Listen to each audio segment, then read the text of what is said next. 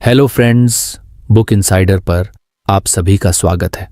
आज हम बात करने वाले हैं buy back your time by Dan Martell book के बारे में। रोहित की जिंदगी बस परेशानियों से भरी हुई थी। हर दिन एक नई मुश्किल का सामना करता, लेकिन एक भी रास्ता ऐसा नहीं दिखता था जिससे वो अपनी परेशानियों से बाहर निकल सके। पढ़ाई खत्म होने के बाद उसने एक छोटी सी नौकरी कर ली थी, लेकिन काम में मन नहीं लगता था। सारा दिन बस छोटे छोटे काम करता रहता, जिन्हें वो बेकार समझता था, लेकिन जरूरत थी क्योंकि इससे उसका खर्चा चलता था। हर रात उसे लगता कि वो बस जीने के लिए काम कर रहा है, आगे बढ़ने के लिए नहीं। ऐसे ही एक दिन रोहित की मुलाकात एक अनजान शख्स से हुई। वो किसी कैफे में बैठा था अपनी कॉफी के साथ, जब उसने देखा कि सामने की टेबल पर एक अधेड़ उम्र का व्यक्ति बैठा किताब पढ़ रहा है। रोहित ने किताब की ओर देखा, bye back your time.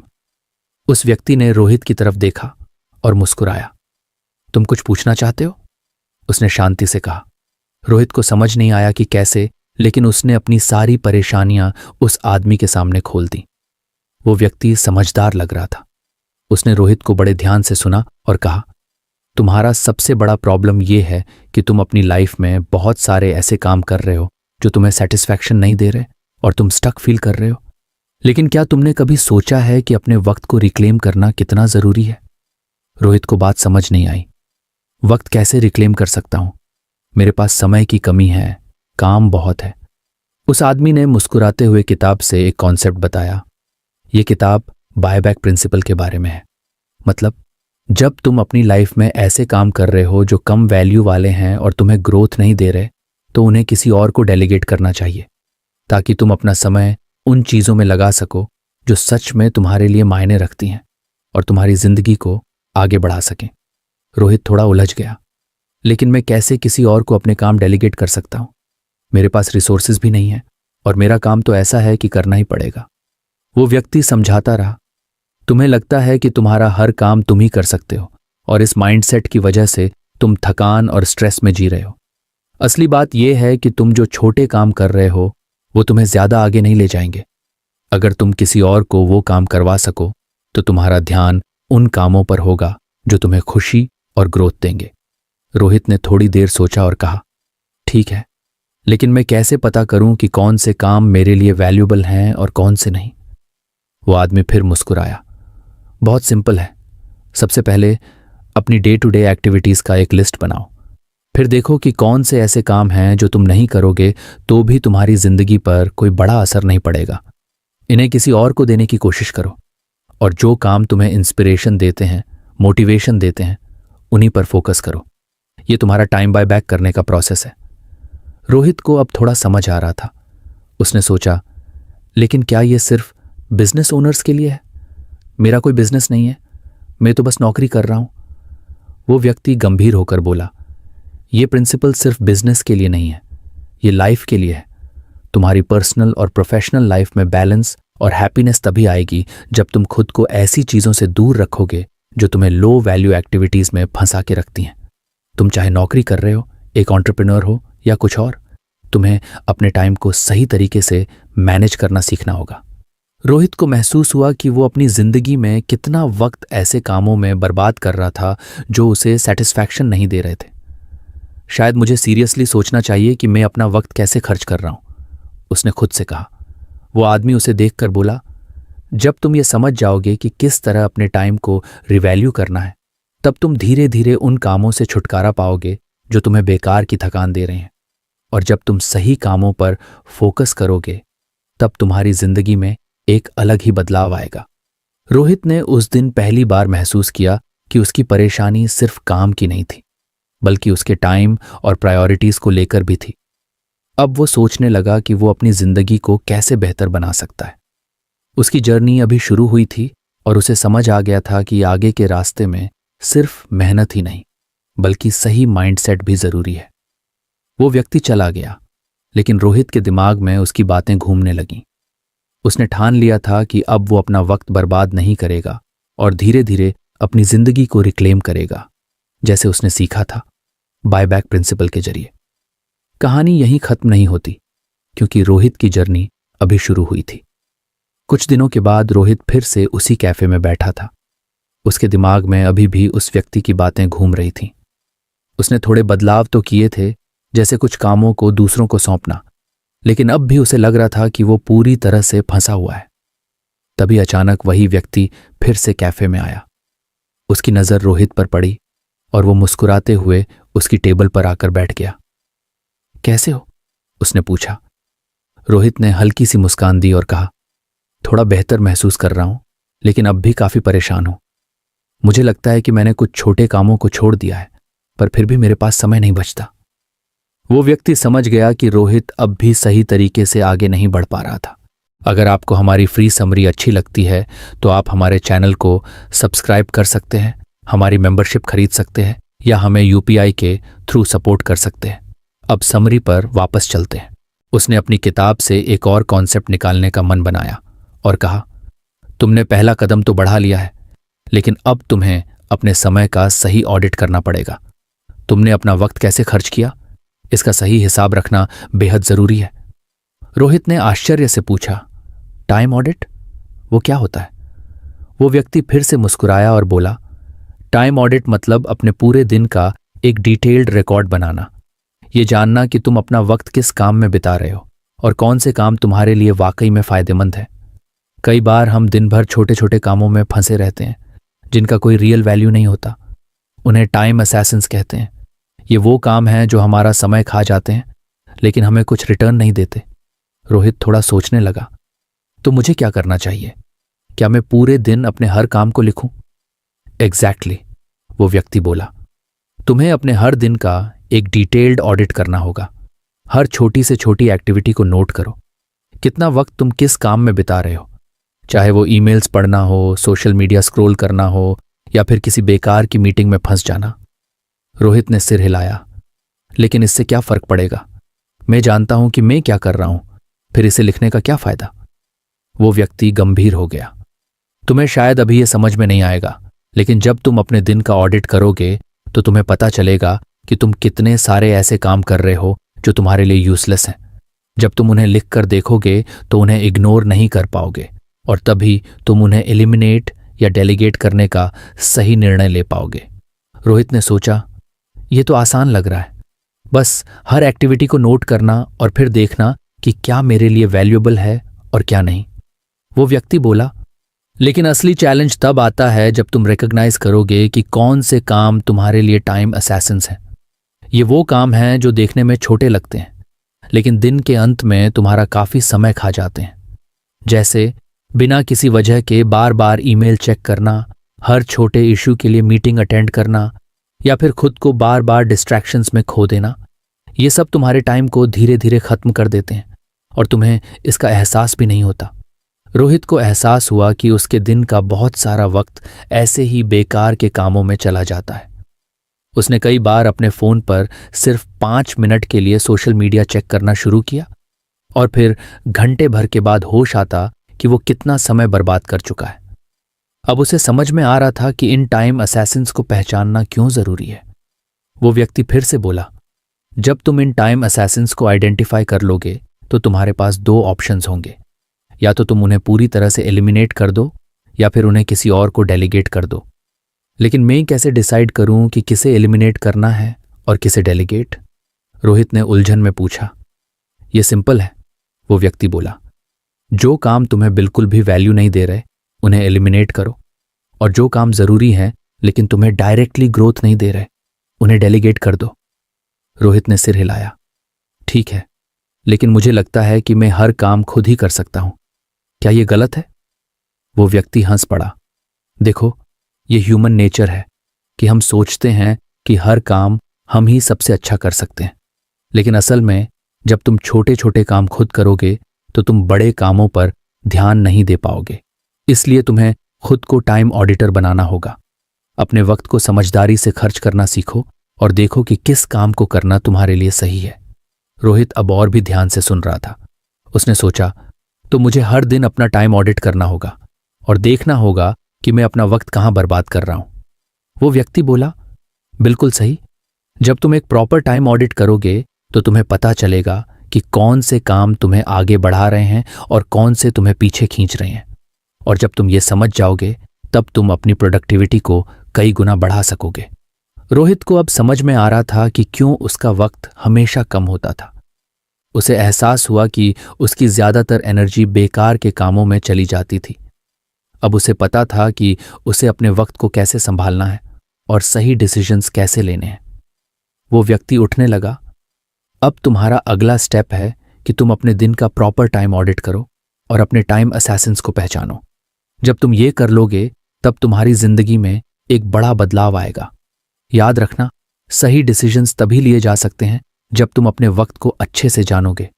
Rohit ने उसे जाते हुए देखा और सोचा कि उसे अब पूरी ईमानदारी से अपने दिन का ऑडिट करना होगा। उसने अपने फोन में नोट्स बनाना शुरू किया और अगले कुछ दिनों तक हर काम को नोट किया। धीरे धीरे उसे पता चला कि उसके दिन का बड़ा हिस्सा ऐसे कामों में जा रहा था जो उसकी प्रोडक्टिविटी को खत्म कर रहे थे। अब रोहित को समझ आ गया था कि उसे कौन से काम एलिमिनेट करने हैं और कौन से डेलीगेट। वो अपनी जिंदगी को फिर से ट्रैक पर लाने के लिए तैयार था और ये जर्नी अभी लंबी थी। अभी और भी सीखना बाकी था और वो तैयार था। कुछ हफ्ते बीत चुके थे और रोहित अब पहले से बेहतर महसूस कर रहा था। उसने अपने दिन का टाइम ऑडिट किया था, टाइम असैसिन्स को पहचान लिया था और कई कामों को एलिमिनेट या डेलीगेट कर दिया था। हालांकि उसे अभी भी लग रहा था कि उसकी जिंदगी पूरी तरह से बदल नहीं पाई है। वो जानता था कि और भी बहुत कुछ सीखना बाकी है। एक दिन फिर से वही व्यक्ति उसे उसी कैफे में मिला। इस बार रोहित के चेहरे पर एक हल्की सी मुस्कान थी, क्योंकि उसने कुछ हद तक अपने वक्त पर काबू पा लिया था। जैसे ही वो व्यक्ति उसके पास आकर बैठा, रोहित ने तुरंत कहा, मैंने टाइम ऑडिट किया और काफी कुछ डेलीगेट कर दिया है। अब मेरे पास थोड़ा वक्त बचा है, लेकिन मैं अब भी पूरी तरह से श्योर नहीं हूं कि उस वक्त को कैसे इस्तेमाल करूं। वो व्यक्ति फिर से मुस्कुराया और कहा, यह बहुत अच्छी बात है कि तुमने पहले 2 स्टेप्स पूरे कर लिए हैं। अब बारी है तीसरे और सबसे जरूरी स्टेप की। इसे बायबैक लूप कहते हैं। रोहित थोड़ा उलझन में था।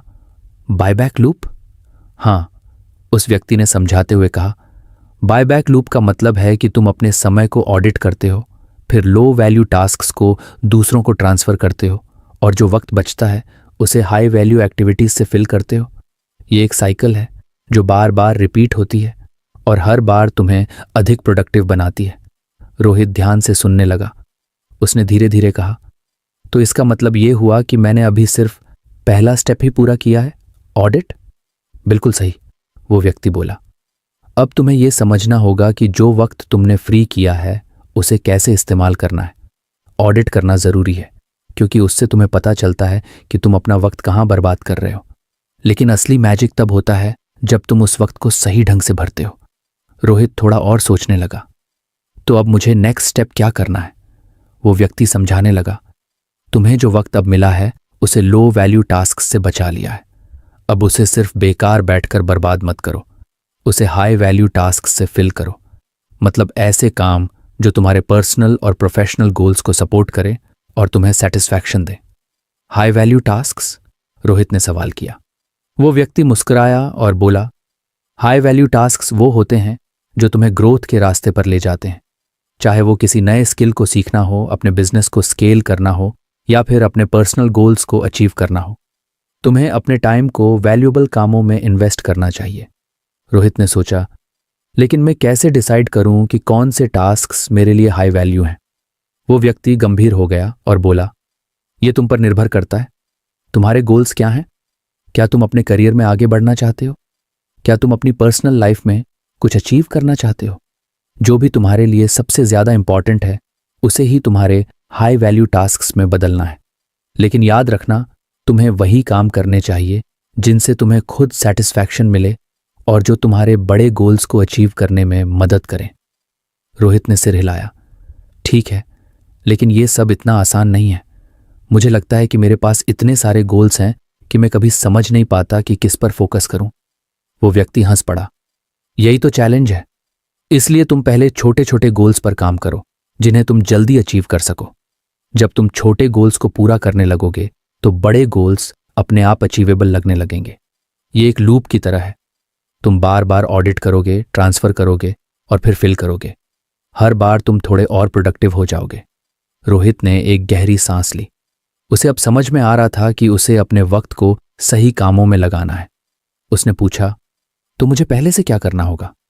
वो व्यक्ति बोला, सबसे पहले तुम्हें फिर से एक ऑडिट करना होगा, लेकिन इस बार हाई वैल्यू और लो वैल्यू टास्क्स को ध्यान में रखते हुए। फिर देखो कि कौन से काम तुम्हारे लिए वैल्यूएबल नहीं है और उन्हें ट्रांसफर कर दो। और जो वक्त तुम्हें मिल रहा है उसे ऐसे कामों में इन्वेस्ट करो जो तुम्हारे गोल्स के साथ अलाइन करते हैं।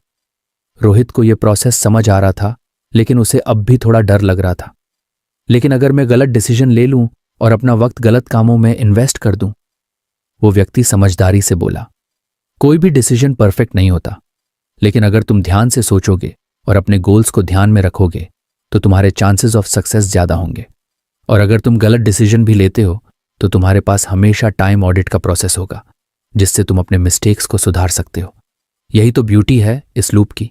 ये बार बार रिपीट होती है, जिससे तुम धीरे धीरे बेहतर होते जाते हो। रोहित अब थोड़ा कॉन्फिडेंट महसूस कर रहा था। उसे समझ आ रहा था कि उसे अपने वक्त को ज्यादा सही तरीके से इस्तेमाल करना होगा।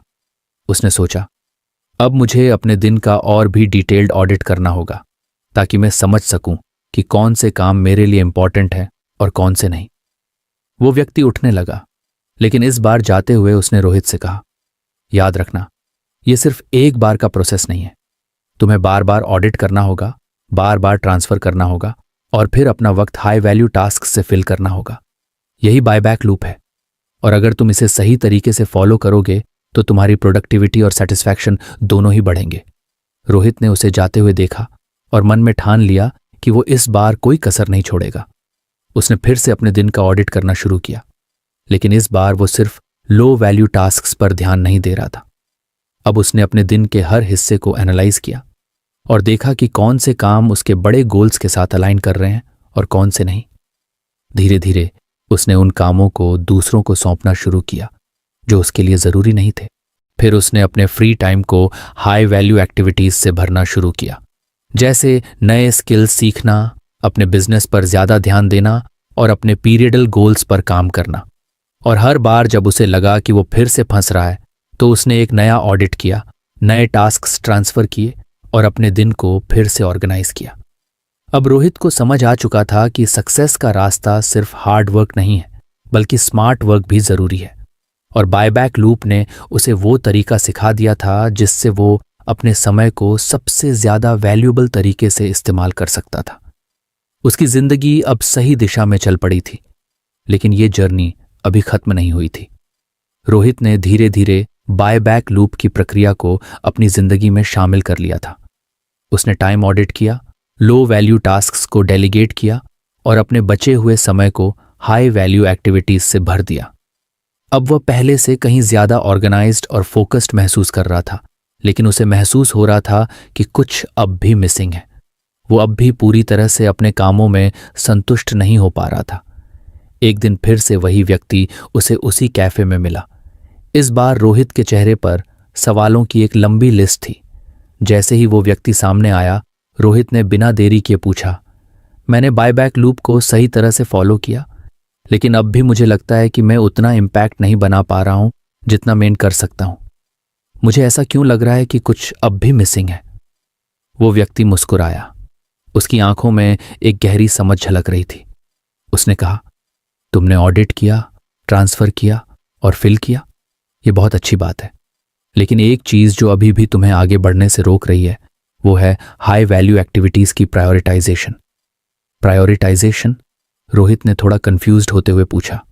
वो व्यक्ति फिर से मुस्कुराया और बोला, हाँ, केवल हाई वैल्यू एक्टिविटीज करना काफी नहीं है, तुम्हें उन्हें सही तरह से प्रायोरिटाइज करना होगा। हाई वैल्यू एक्टिविटीज वो होती हैं जो तुम्हारी ग्रोथ और सेटिस्फैक्शन में डायरेक्टली कंट्रीब्यूट करती हैं, लेकिन अगर तुम उन्हें सही समय और ऊर्जा नहीं देते तो वो भी उसी तरह कम असरदार हो जाती है जैसे लो वैल्यू टास्क्स। रोहित ने सिर हिलाया और थोड़ा सोचने लगा। तो इसका मतलब है कि मुझे जो भी हाई वैल्यू टास्क्स मिल रहे हैं उनमें भी कुछ ऐसे होंगे जिन्हें ज्यादा महत्व देना होगा। बिल्कुल, उस व्यक्ति ने कहा। मटेल इस बात पर जोर देते हैं कि हाई वैल्यू एक्टिविटीज वो होती हैं जो तुम्हारे बिजनेस और पर्सनल ग्रोथ के लिए सबसे महत्वपूर्ण होती हैं, लेकिन हर हाई वैल्यू एक्टिविटी एक समान नहीं होती। तुम्हें देखना होगा कि कौन से काम सबसे ज्यादा इम्पैक्ट डाल सकते हैं और उन्हें अपनी प्रायोरिटी बनाना होगा। लेकिन कैसे पता चलेगा कि कौन से काम सबसे ज्यादा इम्पैक्टफुल हैं? रोहित ने उलझन से पूछा। वो व्यक्ति गहरी सांस लेते हुए समझाने लगा, देखो, तुम्हारे हाई वैल्यू एक्टिविटीज में 2 कैटेगरीज होंगी। पहली, वो एक्टिविटीज जो तुम्हारे बिजनेस या करियर में ग्रोथ लेकर आती हैं। दूसरी, वो एक्टिविटीज जो तुम्हारी पर्सनल लाइफ में फुलफिलमेंट देती हैं। दोनों जरूरी हैं, लेकिन हर समय तुम्हें नहीं पता चलता कि किसे पहले करना है। इसलिए तुम्हें पहले ये पहचानना होगा कि तुम्हारे करंट गोल्स क्या हैं। तुम्हारे बिजनेस में किस एरिया में इंप्रूवमेंट की जरूरत है? तुम्हें कौन से पर्सनल गोल्स सबसे ज्यादा खुशी देते हैं? इन क्वेश्चंस का आंसर ही तुम्हें यह बताएगा कि कौन सी एक्टिविटीज तुम्हारे लिए सबसे जरूरी हैं। रोहित थोड़ी देर सोचता रहा।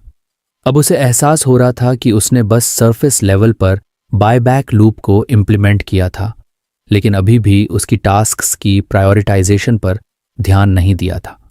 उसने धीरे धीरे पूछा, तो इसका मतलब है कि मुझे अपने करंट गोल्स को फिर से इवैल्यूएट करना होगा और उन्हें सही तरीके से अलाइन करना होगा? हाँ, वो व्यक्ति बोला।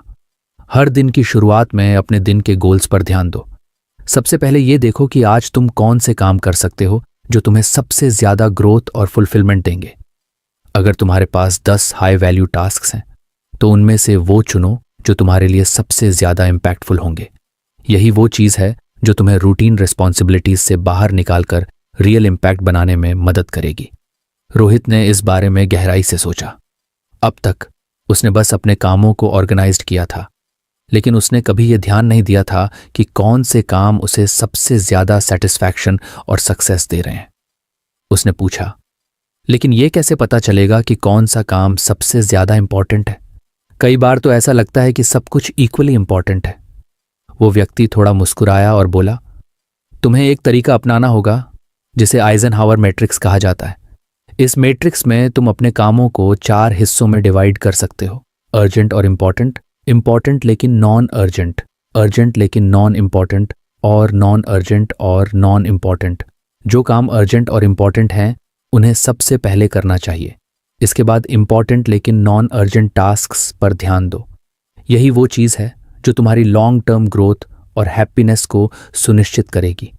रोहित के लिए यह नई जानकारी थी। उसने सोचा कि उसे हमेशा लगता था कि अर्जेंट काम ही सबसे जरूरी होते हैं, लेकिन अब उसे समझ में आ रहा था कि लॉन्ग टर्म क्वेस्ट के लिए इंपॉर्टेंट कामों पर ज्यादा ध्यान देना जरूरी है, चाहे वो अर्जेंट ना भी हो। वो व्यक्ति समझाने लगा, अर्जेंट काम बस इमीडिएट अटेंशन मांगते हैं, लेकिन जरूरी नहीं कि वो तुम्हारे लॉन्ग टर्म गोल्स को सपोर्ट करें। तुम्हें ऐसे कामों को पहले चुनना होगा जो तुम्हारे बड़े गोल्स से जुड़े, चाहे वो नया स्किल सीखना हो, कोई बड़ा प्रोजेक्ट शुरू करना हो, या फिर अपने बिजनेस को नई दिशा में ले जाना हो। ये सब हाई वैल्यू टास्क्स हैं, लेकिन अगर तुम उन्हें सही समय और प्रायोरिटी नहीं दोगे तो उनका इम्पैक्ट कम हो जाएगा। रोहित ने गंभीरता से सुना और फिर पूछा, तो मुझे हर दिन अपने हाई वैल्यू टास्क्स की प्रायोरिटी सेट करनी चाहिए और उन्हें सबसे पहले करना चाहिए? बिल्कुल सही, वो व्यक्ति बोला। हर सुबह यह तय करो कि आज का सबसे बड़ा और इम्पैक्टफुल काम क्या है और उसे पहले पूरा करो। इससे तुम्हारी प्रोडक्टिविटी भी बढ़ेगी और तुम्हें सेटिस्फैक्शन भी मिलेगा। अगर तुम हर दिन सिर्फ एक हाई इम्पैक्ट टास्क भी पूरा कर लेते हो तो तुम्हारी जिंदगी में बड़ा फर्क पड़ेगा। रोहित अब पूरी तरह से इस कॉन्सेप्ट को समझ चुका था। उसे एहसास हो गया था कि उसे सिर्फ कामों को ऑर्गेनाइज करने से ही नहीं, बल्कि सही कामों को सही समय पर प्रायोरिटाइज करने से ही असली ग्रोथ और फुलफिलमेंट मिलेगी। उसने उस व्यक्ति का शुक्रिया अदा किया और अपने मन में ठान लिया कि अब वो अपने दिन की शुरुआत हाई वैल्यू टास्क्स को प्रायोरिटाइज करके करेगा।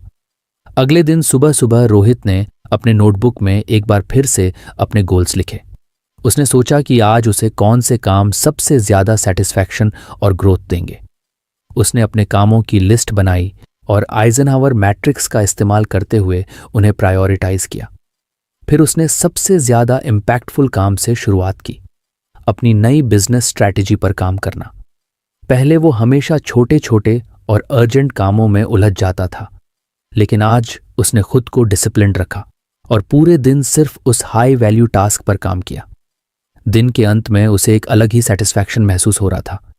उसे लगा कि उसने आज वाकई में कुछ मीनिंगफुल किया है। दिन बीतते गए और रोहित ने अपने रोजमर्रा के कामों को इस नई अप्रोच के साथ मैनेज करना शुरू कर दिया। वो हर दिन अपने हाई वैल्यू टास्क्स को सबसे ऊपर रखता और पहले उन्हें पूरा करता। उसने देखा कि अब उसकी प्रोडक्टिविटी और सेटिस्फैक्शन दोनों ही बढ़ने लगी हैं। वो खुद को ज्यादा एनर्जाइज्ड और फोकस्ड महसूस कर रहा था। अब वो पहले की तरह रूटीन रिस्पॉन्सिबिलिटीज में नहीं उलझता था। उसे पता था कि कैसे अपने दिन को प्रायोरिटाइज करना है और किस काम को पहले करना है। उसकी जिंदगी में एक नई क्लैरिटी आ चुकी थी जो पहले कभी नहीं थी। कुछ हफ्तों बाद फिर वही व्यक्ति उससे मिलने आया। इस बार रोहित के चेहरे पर कॉन्फिडेंस था। उसने उस व्यक्ति से कहा, अब मुझे समझ आ गया है कि हाई वैल्यू एक्टिविटीज कितनी इंपॉर्टेंट होती हैं। मैंने अपने कामों को प्रायोरिटाइज करना सीख लिया है और अब मैं पहले से कहीं ज्यादा प्रोडक्टिव और सेटिस्फाइड महसूस कर रहा हूं। वो व्यक्ति मुस्कुराया और बोला, बहुत अच्छा रोहित, अब तुम असली ग्रोथ के रास्ते पर हो। लेकिन याद रखना, ये जर्नी अभी खत्म नहीं हुई है। आगे और भी चैलेंजेस आएंगे और तुम्हें हमेशा अपने कामों को इवैल्यूएट और प्रायोरिटाइज करना होगा। रोहित ने सिर हिलाया और मुस्कुराते हुए कहा, हाँ, मैं अब तैयार हूं और इस बार मैं अपने वक्त का सही इस्तेमाल करना जानता हूं। उस व्यक्ति ने फिर से मुस्कुराते हुए कहा, यही स्पिरिट है रोहित। हमेशा हाई वैल्यू एक्टिविटीज को प्रायोरिटाइज करो और देखो कि तुम्हारी जिंदगी में कैसे बदलाव आता है। रोहित अब तक अपने जीवन में कई बड़े बदलाव कर चुका था। उसने टाइम ऑडिट किया, लो वैल्यू टास्क्स को डेलीगेट किया, हाई वैल्यू एक्टिविटीज को प्रायोरिटाइज करना सीखा और अब अपनी जिंदगी में एक नई स्पष्टता महसूस कर रहा था। उसका काम बेहतर हो रहा था, उसका फोकस शार्प हो चुका था और वो खुद को पहले से कहीं ज्यादा ऑर्गेनाइज्ड और प्रोडक्टिव महसूस कर रहा था। लेकिन एक सवाल अब भी उसके मन में बार बार उठता था, क्या ये सब कुछ है या इसके आगे भी कुछ है? एक दिन फिर से वही व्यक्ति उससे मिलने आया। इस बार वो कैफे की बजाय एक पार्क में मिले। दोनों पार्क में एक बेंच पर बैठ गए जहां पेड़ों की छांव और हल्की हवा उन्हें एक सुकून भरा एहसास दे रही थी। रोहित ने उसे देखा और कहा, अब मैं अपने कामों को सही तरह से मैनेज कर रहा हूं, लेकिन अब भी एक सवाल मुझे परेशान करता है, क्या मैं वही जिंदगी जी रहा हूं जो मैं सच में जीना चाहता हूं, या फिर मैं सिर्फ अपनी डेली रूटीन में ही उलझा हूं? वो व्यक्ति थोड़ी देर चुप रहा और फिर गंभीरता से बोला, तुम्हारा यह सवाल बहुत ही अहम है रोहित। तुमने अब तक बहुत कुछ सीखा और इम्प्लीमेंट किया है, लेकिन अगर तुम्हें अपनी जिंदगी में रियल सेटिस्फैक्शन चाहिए तो तुम्हें एक और स्टेप उठाना होगा। तुम्हें अपने आइडियल लाइफ की एक क्लियर विजन बनानी होगी। विजन? रोहित ने थोड़ा चौंकते हुए पूछा, कैसे? वो व्यक्ति मुस्कुराया और बोला, मटेल एक बहुत ही पावरफुल कॉन्सेप्ट पर जोर देते हैं, विजुअलाइज योर आइडियल लाइफ। इसका मतलब है कि तुम अपनी जिंदगी का वो वर्जन इमेजिन करो जिसमें कोई भी लो वैल्यू टास्क तुम्हें रोक नहीं रहा है। सोचो, अगर तुम्हारे पास कोई भी बेकार या नॉन प्रोडक्टिव काम नहीं होता तो तुम अपनी जिंदगी कैसे बिताते? तुम अपने वक्त का इस्तेमाल कैसे करते? ये विजुअलाइजेशन तुम्हें एक क्लियर डायरेक्शन देगा कि तुम्हारी जिंदगी में और क्या बदलाव चाहिए। रोहित अब और ध्यान से सुनने लगा। उसे समझ में आ रहा था कि वो अब तक सिर्फ अपने कामों को मैनेज कर रहा था, लेकिन उसने कभी ये नहीं सोचा था कि उसकी आइडियल लाइफ कैसी दिखती है। वो व्यक्ति मुस्कुराया और बोला, सबसे पहले तो तुम्हें एक शांत जगह पर बैठना होगा। अपनी आंखें बंद करो और इमेजिन करो कि अगर तुम्हारी जिंदगी में कोई भी लो वैल्यू काम नहीं होता तो तुम अपना समय कैसे बिताते? क्या तुम अपना सारा वक्त अपने पासन प्रोजेक्ट पर लगाते? क्या तुम अपने परिवार और दोस्तों के साथ ज्यादा वक्त बिताते? क्या तुम अपने स्वास्थ्य और फिटनेस पर ध्यान देते? तुम्हारी आइडियल डे कैसी होगी? ये सब सोचो और उसे विविडली इमेजिन करो, जैसे कि तुम सच में उसे जी रहे हो। रोहित अब बहुत फोकस्ड हो चुका था। उसे पहली बार यह एहसास हुआ कि उसकी जिंदगी का सबसे बड़ा गोल सिर्फ काम में सक्सेस पाना नहीं था। वो और भी कुछ चाहता था, ज्यादा मीनिंगफुल एक्सपीरियंसेस, ज्यादा पर्सनल फुलफिलमेंट। उसने उस व्यक्ति से पूछा, क्या मुझे इसे लिखकर रखना चाहिए या सिर्फ माइंड में इमेजिन करना काफी होगा? वो व्यक्ति बोला, इमेजिन करने के साथ साथ इसे लिखना भी एक बहुत पावरफुल टूल हो सकता है। तुम अपनी आइडियल लाइफ के बारे में एक विजन बोर्ड बना सकते हो। उसमें वो सारी चीजें लिखो और इमेजेस लगाओ जो तुम्हें इंस्पायर करती हैं। ये बोर्ड तुम्हें हर दिन याद दिलाएगा कि तुम किस दिशा में बढ़ रहे हो। तुम्हारा फोकस, तुम्हारे गोल्स, तुम्हारी priorities, all of these will become clearer when you have a visual representation of your ideal life. Rohit ने सिर हिलाया और सोचा कि ये आइडिया कितना प्रैक्टिकल और हेल्पफुल हो सकता है। उसने अपने मन में ठान लिया कि वो जल्द से जल्द अपना विजन बोर्ड बनाएगा। उस व्यक्ति ने फिर से उसे समझाया, जब तुम अपनी आइडियल लाइफ को विजुअलाइज करते हो तो ये तुम्हारे सबकॉन्शियस माइंड में गहराई से बैठ जाता है। ये तुम्हें हर डिसीजन में गाइड करता है। तुम्हारे सामने जब भी कोई नया काम या अपॉर्चुनिटी आएगी तो तुम खुद से पूछ सकोगे, क्या ये मुझे मेरी आइडियल लाइफ के करीब ले जाएगा? अगर जवाब हाँ है तो उसे प्रायोरिटी दो, और अगर नहीं है तो उसे इग्नोर करो। रोहित अब पूरी तरह से इस कॉन्सेप्ट को समझ चुका था। उसने महसूस किया कि सिर्फ टाइम मैनेजमेंट और प्रोडक्टिविटी ही जिंदगी में सब कुछ नहीं होती। असली सेटिस्फैक्शन तब मिलती है जब तुम अपनी जिंदगी का एक क्लियर विजन बनाते हो और उसके मुताबिक डिसीजंस लेते हो। उसने उस व्यक्ति का शुक्रिया अदा किया और कहा, अब मुझे समझ में आ गया है कि मैं अपनी जिंदगी को सिर्फ मैनेज नहीं कर रहा, बल्कि उसे सही दिशा में ले जाने की कोशिश कर रहा हूं। मैं अब अपनी आइडियल लाइफ को विजुअलाइज करूंगा और उसके हिसाब से अपने डिसीजंस लूंगा। वो व्यक्ति मुस्कुराया और बोला, यही सही रास्ता है रोहित। अब तुम्हारी जिंदगी में क्लैरिटी आएगी और तुम देखोगे कि कैसे तुम्हारी प्रायोरिटीज अपने आप सेट होती जाती हैं। विजुअलाइजिंग योर आइडियल लाइफ तुम्हें हर डिसीजन में गाइड करेगी और तुम देखोगे कि तुम्हारी पर्सनल और प्रोफेशनल लाइफ दोनों में ही बैलेंस और सेटिस्फैक्शन आ जाएगा। रोहित ने उस दिन घर आकर अपने लिए एक विजन बोर्ड बनाने का काम शुरू किया। उसने अपनी पसंदीदा मैगजीन से इमेजेस काटी, क्वोट्स लिखे और उन चीज़ों की तस्वीरें लगाईं जो उसकी आइडियल लाइफ का हिस्सा थीं। उसने देखा कि उसका विजन बोर्ड धीरे धीरे उसकी जिंदगी का एक ब्लूप्रिंट बनता जा रहा है। उसने बोर्ड पर कई चीज़ें लगाईं, एक पीसफुल होम, दोस्तों के साथ खुशियों के पल, फिटनेस गोल्स और एक सक्सेसफुल बिजनेस। उसने वो सब कुछ उस बोर्ड पर रखा जो उसकी जिंदगी में मीनिंगफुल था। हर दिन सुबह उठते ही वो उस विजन बोर्ड को देखता और उसे याद आता कि उसका अल्टीमेट गोल क्या है। कुछ हफ्तों बाद रोहित की जिंदगी में धीरे धीरे बदलाव आने लगे। उसकी डिसीजंस और ज्यादा क्लियर हो गईं, उसकी प्रोडक्टिविटी और बढ़ गई और सबसे बड़ी बात, उसे अब अपनी जिंदगी में सेटिस्फैक्शन महसूस होने लगी थी। अब वो सिर्फ काम के पीछे नहीं भाग रहा था, बल्कि अपने हर डिसीजन को अपनी आइडियल लाइफ के हिसाब से ले रहा था। वो हर दिन उस विजन बोर्ड को देखता और खुद से पूछता, क्या ये डिसीजन मुझे मेरी आइडियल लाइफ के करीब ले जा रहा है? अब रोहित की जिंदगी में एक नई क्लैरिटी और मोटिवेशन आ चुकी थी। उसकी जिंदगी ऑर्गेनाइज थी, लेकिन अब उसके कामों में एक पर्पस था। वो अब खुद को सिर्फ काम के बोझ तले दबा हुआ नहीं, बल्कि अपनी ड्रीम लाइफ की ओर बढ़ता हुआ महसूस कर रहा था। एक दिन फिर से वो व्यक्ति उससे मिला। इस बार रोहित के चेहरे पर एक अलग ही कॉन्फिडेंस था। उसने उस व्यक्ति से कहा, अब मुझे पता चल गया है कि मेरी आइडियल लाइफ क्या है और मैं हर दिन उसी के लिए डिसीजंस ले रहा हूं। अब मैं अपने काम में भी सेटिस्फाइड हूं और अपनी पर्सनल लाइफ में भी। मुझे अब ये जर्नी और भी एक्साइटिंग लगने लगी है। वो व्यक्ति मुस्कुराया और बोला, बहुत अच्छा रोहित, अब तुम सही दिशा में हो। याद रखना, ये जर्नी कभी खत्म नहीं होती। तुम्हें हर दिन अपने गोल्स और विजन को इवैल्यूएट करना होगा और उसे अपनी प्रायोरिटीज के हिसाब से अलाइन करना होगा। लेकिन अब तुम प्रिपेयर्ड हो। रोहित ने सिर हिलाया और कहा, हाँ, अब मैं प्रिपेयर्ड हूं और इस बार मैं सिर्फ कामयाब नहीं बल्कि सेटिस्फाइड भी रहूंगा। कुछ महीने बीत चुके थे और रोहित की जिंदगी पूरी तरह से बदल चुकी थी। वो न सिर्फ अपने काम में तरक्की कर रहा था, बल्कि अपनी पर्सनल लाइफ में भी संतुलन और खुशी महसूस कर रहा था। उसका बिजनेस अब स्टेडी ग्रोथ की ओर बढ़ रहा था और वो खुद को पहले से कहीं ज्यादा ऑर्गेनाइज्ड और मोटिवेटेड महसूस कर रहा था। तो फ्रेंड्स, ये थी हमारी आज की बुक समरी। आपको कैसी लगी कमेंट करके जरूर बताएं और धन्यवाद आपका समरी एंड तक सुनने के लिए।